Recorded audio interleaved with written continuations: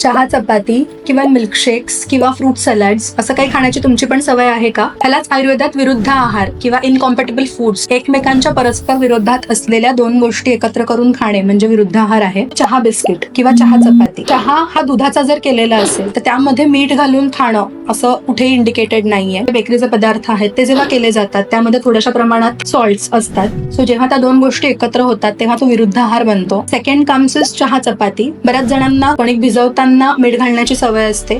So तसं जर तुम्ही एकत्र खाल्लं, चहा चपाती हा रोजचा नाश्ता आहे बऱ्याच लोकांचा, तर तो एक विरुद्ध आहार बनतो. मिल्कशेक्स की जे खूप इझिली बाहेर अवेलेबल आहेत आणि जे आपल्याला न्यूट्रिशियस वाटतात, की दूध मी घेतोय आणि त्याबरोबर फळही खातोय, तर जसं आपण दुधात लिंबू पिळत नाही कारण दूध त्याच्याने फाटतं, सिमिलरली आपण आंबट फळ आणि दूध एकत्र केलं तर त्या दोघांमधलं जे काही न्यूट्रिशियस थिंग्स आहेत त्या गोष्टी त्यातनं निघून जातात. काही लोकांना भाज्यांमध्ये मलाई किंवा दूध किंवा साय किंवा दही घालून भाज्या करण्याची सवय असते. बेसिकली आयुर्वेदानुसार दही हे तापवून खाऊ नये. दही हा जो पदार्थ आहे तो जसा तयार आहे तसाच खायचा आहे. मध तापवून खायचा नाहीये किंवा गरम पदार्थांबरोबर खायचा नाहीये. बऱ्याचदा पॅनकेक्स किंवा काही डेझर्ट्स बरोबर मध हे वर्ण सर्व केला जातो. ह्या गोष्टी इंडिव्हिज्युअली खाणं एक्सपेक्टेड आहे. तो गरम गार असं एकत्र काहीतरी करून खाणं हा एक विरुद्ध आहार आहे. दूध, चीज आणि मीठ असं तयार करून केला जाणारा पास्ता की जो खूप कॉमनली लोकांच्या खाण्यात असतो, अशा गोष्टी ज्या आहेत त्या डेफिनेटली विरुद्ध आहारामध्ये काउंट होतात. पुढे जाऊन ते आपल्या शरीराला त्रास देतं. आयुर्वेदानुसार विरुद्ध आहार जो आहे त्याचे इमिडिएट इफेक्ट्स आपल्याला न दिसता आपण जेव्हा लॉंग टर्म या गोष्टी सतत खात राहतो